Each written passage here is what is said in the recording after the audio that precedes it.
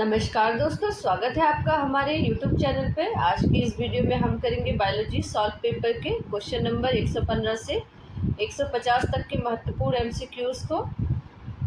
आज हम इन सभी क्वेश्चन के सही आंसर और ज़रूरी बायोलॉजी कॉन्सेप्ट को एक एक करके समझेंगे। अगर आप UKPSC, UKSSC lecturer, PGT, TGT, पशुधन प्रसार अधिकारी या अन्य कॉम्पिटिटिव एग्ज़ाम की तैयारी कर रहे हैं तो ये वीडियो आपके लिए बहुत महत्वपूर्ण है। तो अपनी कॉपी और पेन तैयार रखिए, अपना स्कोर भी साथ साथ नोट करते चलिए और देखते हैं 115 से 150 में आप कितने क्वेश्चन सही करते हैं। तो चलिए दोस्तों, बिना समय गंवाए शुरू करते हैं। क्वेश्चन नंबर 115,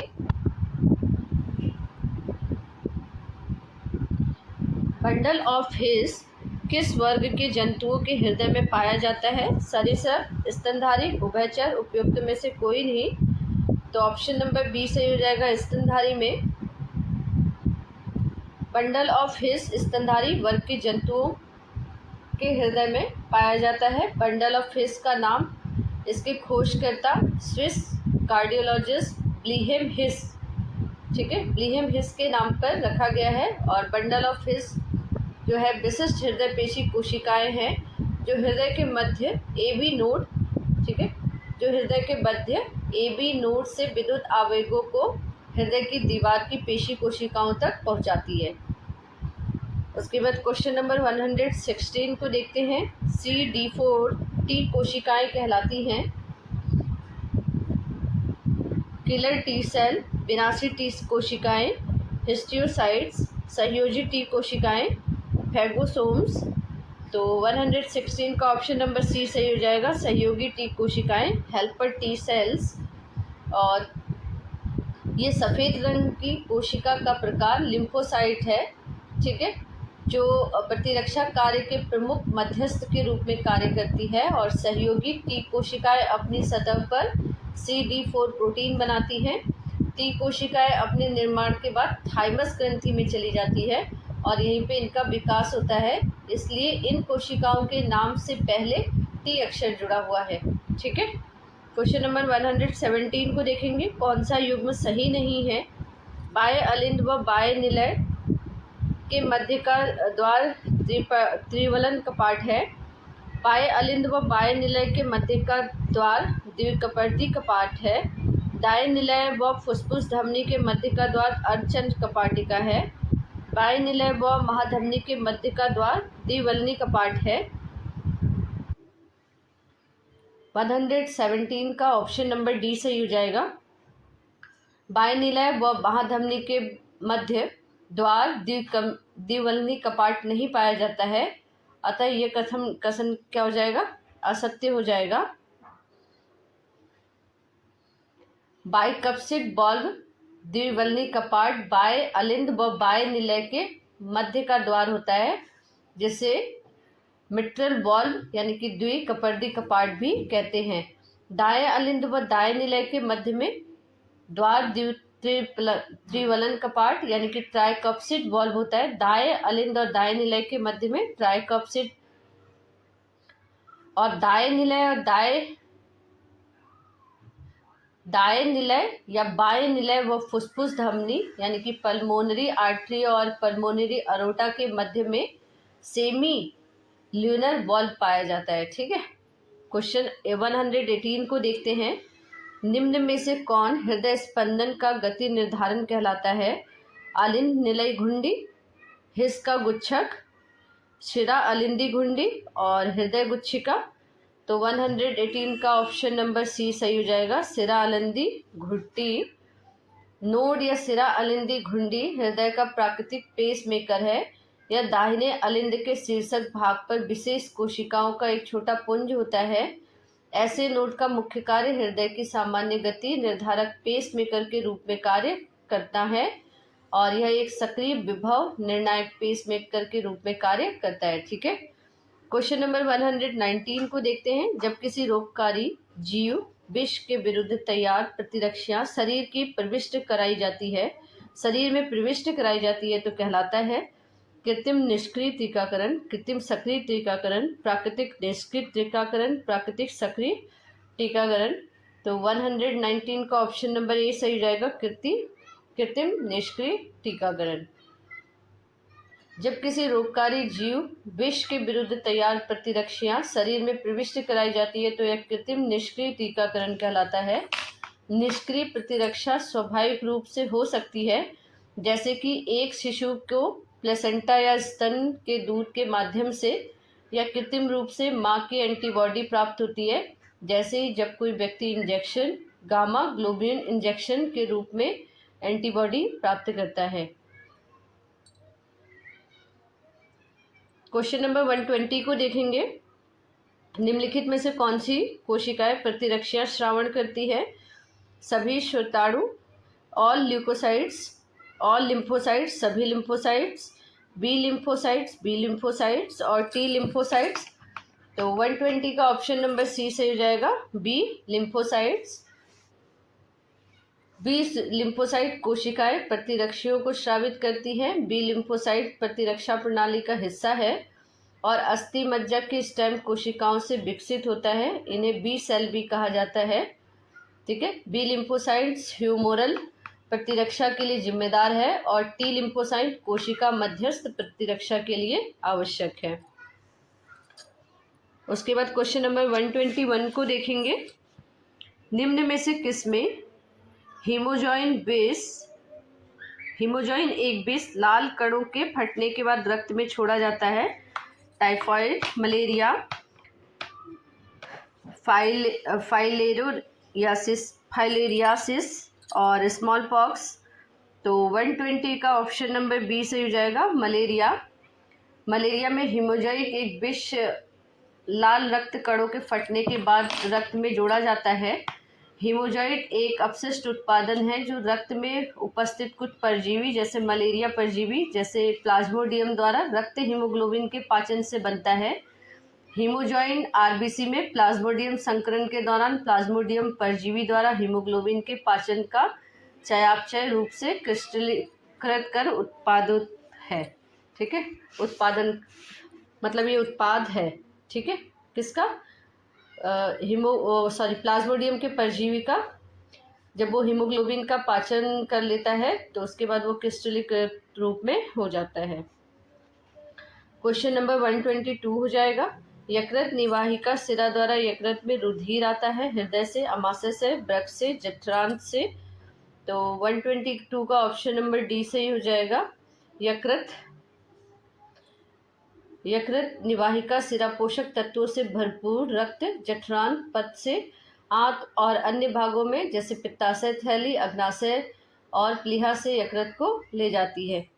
प्लेटलेट्स की कमी कहलाती है पॉलीसाइथियम, थ्रोम्बोसाइटोपिनिया, थैलेसीमिया। उपयुक्त में से कोई नहीं। तो ऑप्शन नंबर बी सही हो जाएगा, थ्रोम्बोसाइटोपिनिया। प्लेटलेट्स की कमी थ्रोम्बोसाइटोपिनिया कहलाती है। प्लेटलेट्स को थ्रोम्बोसाइट्स भी कहा जाता है। यह अस्थि मज्जा यानी कि बोन मैरो में बनती है और यह हड्डियों का एक स्पंज जैसा ऊतक है जो रक्त में स्कंदन में महत्वपूर्ण भूमिका निभाता है। क्वेश्चन नंबर 124 को देखेंगे। पित्त का श्रावण करने में निम्न में से कौन सा पित्ताशय को उत्तेजित करता है? एंट्रोकाइनिन, डियोक्राइनिन और कोलिसिस्टोकाइनिन, बेसोएक्टिन आदि सभी पेप्टाइन। तो 124 का ऑप्शन नंबर सी सही हो जाएगा, कोलिसिस्टोकाइनिन। अधिकतम किण्वनों एंजाइम द्वारा जल अपघटन आहार नाल के किस भाग और किस पाचन ग्रंथि द्वारा होता है? ऑप्शन ए आमाशय और लाल ग्रंथि, क्षुद्रांत और अग्नाशय यानी कि स्मॉल इंटेस्टाइन और पेनक्रियास, बृहदांत यानी कि large intestine and Brunner gland, और मुख कोटर और यकृत यानी कि ओरल कैविटी और लिवर। तो 125 का ऑप्शन नंबर बी सही हो जाएगा, स्मॉल इंटेस्टाइन एंड पेनक्रियास। उसके बाद क्वेश्चन नंबर 126 को देखेंगे। निम्नलिखित में से कौन पित्तरस में उपस्थित नहीं होता है? डाइजेस्टिव एंजाइम, कोलेस्ट्रॉल, फॉस्फोलिपिड्स और बाइल सॉल्ट्स। तो 126 का ऑप्शन नंबर ए सही हो जाएगा, डाइजेस्टिव एंजाइम। उसके बाद क्वेश्चन नंबर 127 देखेंगे, निम्नलिखित में से कौन सी कोशिका के उस अंग के अस्तर वाले ऊतक पाए जाने की संभावना है जो श्लेष्मा पैदा करता है और छोड़ता है? ग्लोबुलेट कोशिकाएं, मास्ट कोशिकाएं, मैक्रोफिजेंट, ऑस्टियोब्लास्ट। तो 127 का ऑप्शन नंबर ए सही हो जाएगा, ग्लोबुलेट कोशिकाएं। पित्तरस में कोलेस्ट्रॉल, पित्त लवण और फॉस्फोलिपिड आदि पाए जाते हैं। ठीक है, पित्तरस में कोलेस्ट्रॉल, पित्त लवण और फॉस्फोलिपिड पाए जाते हैं, जबकि पित्तरस में पाचक एंजाइम नहीं होते हैं। ठीक है, उसके बाद आता है क्वेश्चन नंबर 128, माइसनर का जाल पाया जाता है यकृत में, फेफड़ों में, गुर्दा में, आंतों की दीवार में। तो 128 का डी हो जाएगा, आंतों की दीवार में। माइसनर का जाल आंतों की दीवार में सब म्यूकोसल ऊतक में स्थित एक आंतरिक तंत्रिका जाल है, और ये आंतरिक तंत्रिका जाल उपकरा परत की कोशिका और पेशी म्यूकोसा चिकनी पेशी के अंतर्गत आती है। इसका प्रमुख कार्य जो है स्मॉल इंटेस्टाइन में जठरांत, स्राव और स्थानीय रक्त प्रवाह को नियंत्रित करना। ठीक है, कुछ इस टाइप से ये सेल होती हैं। उसके बाद आता है क्वेश्चन नंबर 129, पित्त उत्पन्न होता है यकृत में, पित्ताशय में, अग्नाशय में, आंत में। तो ऑप्शन नंबर ए सही हो जाएगा, यकृत में यानी कि लीवर में। पानी के अवशोषण का मुख्य स्थान है अमाशय, ग्रहणी, छोटी-आंत, बड़ी आंत। तो ऑप्शन नंबर 130 का सी हो जाएगा, छोटी आंत, स्मॉल इंटेस्टाइन। उसके बाद क्वेश्चन नंबर 131, ब्रूनर्स ग्रंथियां पाई जाती हैं आइसोफेगस ग्रास नली में या फिर यकृत में, आमाशय में, ड्यूडेनम ग्रहणी में। तो 131 का ऑप्शन नंबर डी सही हो जाएगा, ड्यूडेनम ग्रहणी में। ब्रूनर्स ग्रंथियां ड्यूडेनम ग्रहणी में पाई जाती हैं। ये ग्रंथियां ग्रहणी के सब म्यूकोसा में स्थित होती हैं, और ये साखित ट्यूबुलर श्लेष्मा ग्रंथियां होती है जो एक नालीदार ट्यूब जैसी होती है, और इसका तथा पीएच जो है,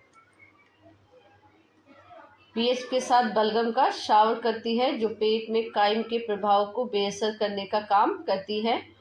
ये ग्रंथियां ग्रहणी की विशिष्ट विशेषता है, और इसका वर्णन सबसे पहले स्विस चिकित्सक जोहान कॉनराड ब्रूनर ने किया था, जिसके नाम पे इसका नाम रखा गया है ब्रूनर्स कोशिकाएं। ठीक है, उसके बाद क्वेश्चन नंबर 132 को देखेंगे, वयस्क मानव के पाचन पथ में निम्नलिखित में से कौन सा एंजाइम नहीं पाया जाता है? Pepsin, lipase, rennin, trypsin. तो 132 का ऑप्शन नंबर सी से हो जाएगा, रेनिन। रेनिन एंजाइम केवल शिशुओं के जठर रस में मौजूद एंजाइम है, न कि वयस्क मानव के। ठीक है, उसके बाद क्वेश्चन नंबर 133, विटामिन के का संरचनात्मक अनुरूप जो कि प्रतिस्कंदी के रूप में प्रयुक्त होता है वह है डाइक्यूमेरॉल, टोकोफेरॉल, एल्गोकैल्सिफेरॉल, बीटा कैरोटीन। तो 133 का ऑप्शन नंबर ए सही हो जाएगा, डाइक्यूमेरॉल। विटामिन के का संरचनात्मक रूप जो कि प्रतिस्कंदी के रूप में प्रयुक्त होता है डाइक्यूमेरॉल होता है। यह संघन सिरापरक थ्रोम्बोसिस के उपचार हेतु हेपेरिन के साथ प्रयोग किया जाता है। विटामिन के का रासायनिक नाम जो है फिलोक्विनोन है, और यह रक्त का थक्का जमने में सहायक विटामिन है। विटामिन के की खोज जो है पीटर हेनरिक डैम के द्वारा 1929-30 में हुई थी। ठीक है, उसके बाद क्वेश्चन नंबर 130 को देखेंगे, वे जातियां जो भिन्न भौगोलिक क्षेत्रों में पाई जाती हैं कहलाती हैं बायो प्रजाति, एलोपैट्रिक, सिम्पैट्रिक, सिबलिंग प्रजातियां। तो 124 का बी ऑप्शन सही हो जाएगा, एलोपैट्रिक प्रजातियां। हार्डी वेनबर्ग साम्यता प्रभावित होती है म्यूटेशन, उत्परिवर्तन के द्वारा, प्राकृतिक वरण के द्वारा, किसी के द्वारा नहीं, दोनों के द्वारा। तो 134 का ऑप्शन नंबर बी सही हो जाएगा, प्राकृतिक वरण के द्वारा। 135 का ऑप्शन नंबर डी हो जाएगा, दोनों के द्वारा। ठीक है, यदि कोई जनसंख्या हार्डी वेनबर्ग संतुलन नामक अवस्था में है तो एलील्स की आवृत्ति या जीन संस्करण और जीनोटाइप या एलील्स के सेट उच्च जनसंख्या में पीढ़ियों के समान रहेंगे और हार्डी बेनबर्ग समीकरण को भी संतुष्ट करेंगे। ठीक है। औपचारिक रूप से विकास के समय के साथ आबादी में एलील आवृत्तियों में बदलाव है और इसलिए हार्डी बेनबर्ग संतुलन में आबादी विकसित नहीं हो रही है। हार्डी बेनबर्ग इक्विलिब्रियम के प्रभाव से 5 प्रमुख कारण हैं। ठीक है। तो हार्डी बेनबर्ग के इक्विलिब्रियम के प्रभाव में जो प्रमुख कारण है वो 5 टाइप के कारण हैं। नए परिवर्तन, यौन प्रजनन के दौरान पुनर्संयोजन, आनुवंशिक बहाव, जीन प्रवास यानी कि जीन प्रवाह और प्राकृतिक चयन। इसलिए हार्डी वेनबर्ग संतुलन प्राकृतिक चयन, नए परिवर्तन और आनुवंशिक बहाव से प्रभावित होते हैं। विकास की सर्वोत्तम परिभाषा है वांछित गुणों का जनन, संशोधन युक्त संतानें, अस्तित्व की लड़ाई, अपने जैसी संतानोत्पत्ति। तो 136 का ऑप्शन नंबर बी सही हो जाएगा। संशोधन युक्त संतानें, रीशन बिट मॉडिफिकेशन। उसके बाद क्वेश्चन नंबर 137 को देखेंगे। इस सिद्धांत के परिरक्षण करने का पहला सफल प्रयास जिस जैव अणुओं के अग्रदूत को अनुमानित आदिम पृथ्वी की स्थिति के तहत अजैविक रूप से संश्लेषित किया जाता है, किसके द्वारा किया गया था? Darwin, Huxley, Miller, Oparin. तो 137 का ऑप्शन नंबर सी सही हो जाएगा, मिलर। जीवन की उत्पत्ति का सिद्धांत ओपेरिन द्वारा प्रतिपादित किया गया था, लेकिन मिलर द्वारा इसकी पुष्टि की गई थी। मिलर ने अपने प्रयोगों में 2:1:2 अनुपात में मीथेन, NH2 और हाइड्रोजन H2 और जलवाष्प का प्रयोग किया था। 138 का क्वेश्चन नंबर 138 को देखते हैं। मानव कोशिकाओं का माइटोकॉन्ड्रियल डीएनए में नहीं होता है। नग्न, द्विसूत्री, वृत्ताकार और पैतृक उत्पत्ति। तो 138 का ऑप्शन नंबर डी सही हो जाएगा, पैतृक उत्पत्ति। मानव कोशिकाओं का माइटोकॉन्ड्रियल डीएनए नग्न, द्विसूत्री यानी कि डबल स्ट्रैंडेड, वृत्ताकार, सर्कुलर होता है। माइटोकॉन्ड्रियल डीएनए में 37 प्रकार के जीन्स होते हैं जो सामान्यतः माइटोकॉन्ड्रियल कार्यात्मक के लिए आवश्यक है। और मनुष्यों में माइटोकॉन्ड्रियल डीएनए को लगभग 16,500 क्षार युग्म माइटोकॉन्ड्रिया की उपस्थिति में रहते हैं। माइटोकॉन्ड्रियल डीएनए का मात्रक उत्पत्ति होता है। ठीक है। उसके बाद 139 है। किसी जीव के विकास इतिहास को जाना जाता है व्यक्तिगत, जातिगत, वंशक्रम, जीवाश्मिकी। तो 139 का ऑप्शन नंबर बी से हो जाएगा, फाइलोजेनी यानी कि जातिगत। धरती पर सबसे पहला वर्टिब्रेट जंतु था ऑस्ट्रोकोडम, सिफेलोकॉर्डस, यूरोकॉर्ड्स और प्लेकोडम। तो 140 का ऑप्शन नंबर ए सही हो जाएगा, ऑस्ट्रेकोडम। धरती पर पहला वर्टिब्रेट जंतु ऑस्ट्रोकोडम था। यह विलुप्त बिना जबड़े वाले आदिम मछलियों के वर्ग है और इसका आर्मर बोनी प्लेट से ढका होता था और इसके जीवाश्म उत्तरी अमेरिका और यूरोपियन स्टेट्स में पाए गए हैं।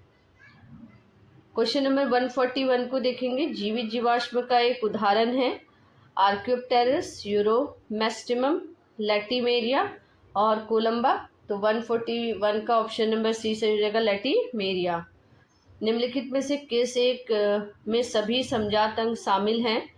मेढक के अग्रपैर, पक्षी के पंख और खरगोश के अग्रपैर, तिलचट्टा के पैर, मेढक के पश्च पैर और खरगोश के आगे के पैर।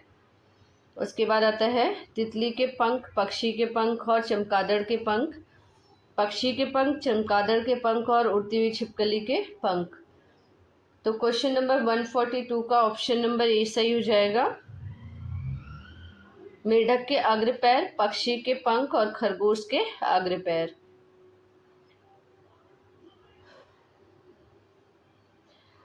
मौलिक समानता वाले अंग को समजात अंग यानी कि होमोलोगस ऑर्गन कहते हैं, अर्थात वे अंग जो उत्पत्ति व संरचना में समान होते हैं लेकिन कार्य भिन्न भिन्न होता है, ऐसे अंग को समजात अंग कहते हैं, जैसे मेढक के अग्रपाद, पक्षी के पंख, खरगोश के अग्रपाद।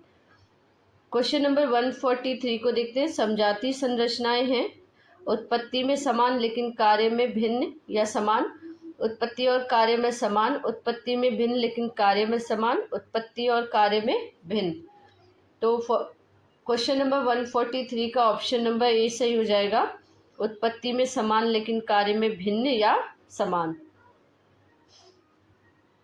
अमीबा में एक्टिन को संदमित अवरोधित करने वाली औषधि की सुई लगा दी जाए तो उसकी गति तुरंत रुक जाएगी। बिकम फास्टर, तेज हो जाएगी यानी कि बिकम स्लोअर, मंदतर हो जाएगी। और रिमेन अनइफेक्टेड यानी कि अप्रभावित रहेगी। तो 144 का ऑप्शन नंबर ए सही हो जाएगा, तुरंत रुक जाएगी। अमीबा में एक्टिन को अवरोधित करने वाली दवा इंजेक्ट की जाती है तो यह सक्रिय साइट विशिष्ट एंटीबॉडी अमीबी गति को रोकता है, अर्थात अमीबी गति रुक जाती है। अमीबी गति यूकैरियोट्स कोशिका के साइटोस्केलेटन में एक्टिन फिलामेंट में प्रतिवर्ती परिवर्तनों के कारण होती है। क्वेश्चन नंबर 145 को देखेंगे। स्पोरोजोआ में भक्षण होता है कोशिका मुख द्वारा, स्वपोषी द्वारा, सूक्ष्म रंध्रों द्वारा, पक्षमाभी द्वारा। तो 146 का ऑप्शन नंबर डी सही हो जाएगा, पक्षमाभी यानी कि सिलियरी द्वारा। उसके बाद क्वेश्चन नंबर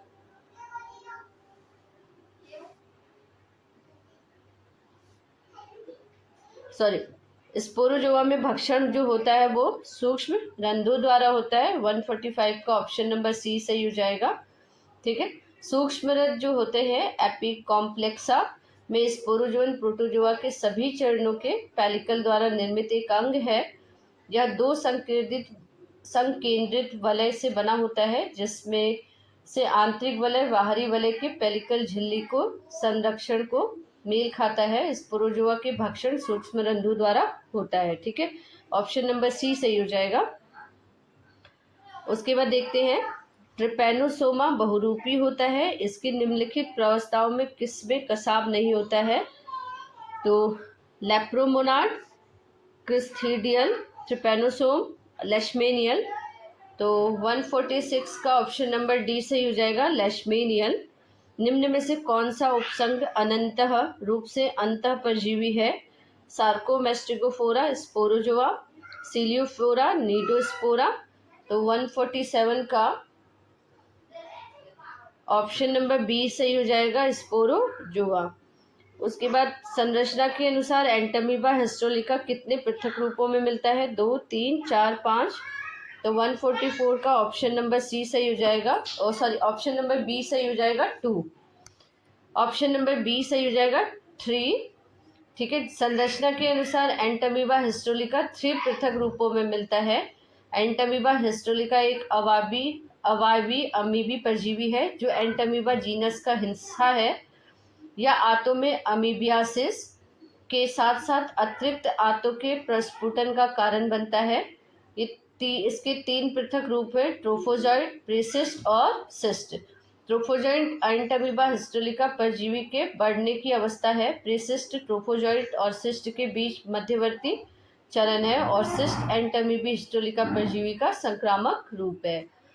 उसके बाद क्वेश्चन नंबर 149 को देखेंगे।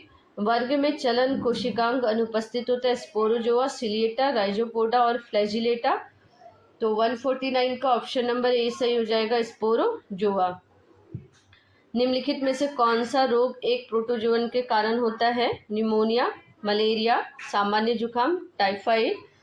तो क्वेश्चन नंबर 150 का ऑप्शन नंबर बी सही हो जाएगा, मलेरिया। और ये हमारी सारे क्वेश्चंस की आंसर की है, तो आप लोग चेक कर लीजिए कि कितने आंसर्स आपके सही हुए हैं। तो दोस्तों आज हमने बायोलॉजी सॉल्व पेपर के क्वेश्चन नंबर 115 से 150 तक कुल 36 MCQs को पूरे किए। अब आप अपना स्कोर कमेंट पे ज़रूर बताइए कि 36 में से आपके कितने क्वेश्चन सही हुए हैं। अगर वीडियो पसंद आया हो तो लाइक करें, चैनल को सब्सक्राइब करें और अपने दोस्तों के साथ शेयर ज़रूर करें। ऐसे ही biology, UPSC, UKSSC lecturer, PGT, TGT और पशुधन प्रसार अधिकारी से जुड़े महत्वपूर्ण क्वेश्चन के लिए हमारे साथ जुड़े रहिए।